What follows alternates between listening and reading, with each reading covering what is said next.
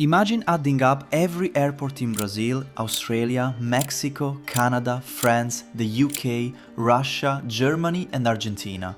9 countries. Combined, you land on roughly 15,400 airports. Now look at a single country. The United States has more than 16,000. One nation, more airports than the next 9 largest countries on Earth put together. Before we get to why, look at what that number actually hides. Only about 500 of those 16,000 airports have scheduled airline service. The other 15,500 are grass strips, flight schools, crop dusting fields, and private airstrips scattered across the country. Texas alone holds over 1,400 airports. Alaska has more than 700. And even 500 commercial airports dwarfs most of the world.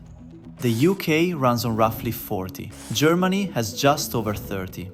So there are really 2 mysteries stacked on top of each other here. Why does the US have 16,000 airports at all? And why do 500 of them still function commercially when the numbers, in some cases, barely make sense? The first answer traces back to World War II. When the US entered the war, the military needed to train tens of thousands of pilots faster than any country ever had.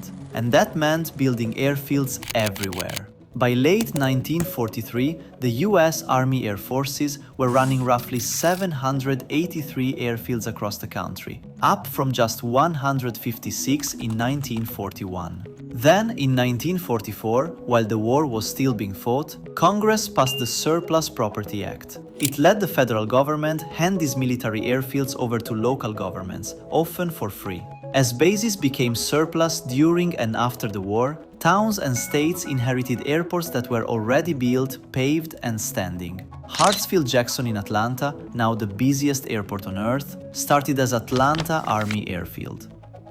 Bradley International in Connecticut was a military training base. That's also why some tiny regional airports have runways far longer than the town needs. There's a decent chance a bomber built it. That explains the 16,000. It doesn't explain why 500 of them are still commercially alive today, decades later. Part of that answer is a subsidy almost nobody has heard of, the Essential Air Service Program. When airlines were deregulated in 1978, carriers could finally choose their own routes, and hundreds of small towns got dropped. So Congress started paying airlines directly to keep flying into towns that would otherwise lose air service completely. That subsidy cost taxpayers around $547 million in fiscal year 2024. One airport in Altoona, Pennsylvania, has cost taxpayers roughly $642 per passenger. But the program keeps about 175 small communities connected, and losing that connection tends to matter. Studies link air service to stronger local economies, partly because a working airport tells businesses a town is worth investing in. Add in politics. Every representative wants an airport in their district, since airports mean jobs and federal money.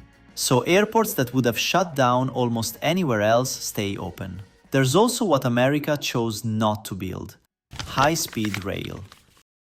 Japan, France, Spain, Germany and China all built fast trains that quietly wiped out short-haul flights between their cities. Madrid to Barcelona lost most of its flight traffic once a rail line connected them. Tokyo to Osaka is now almost entirely a train route.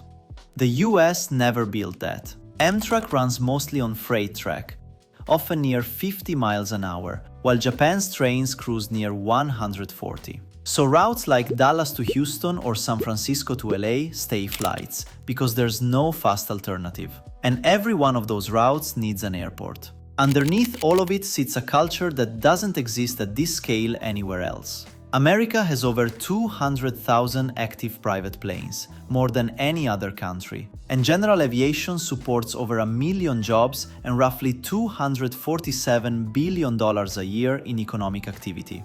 None of this was ever a single plan. A wartime military built airfields fast and gave them away once the fighting ended. Congress built a subsidy to keep small towns from losing their last connection outward.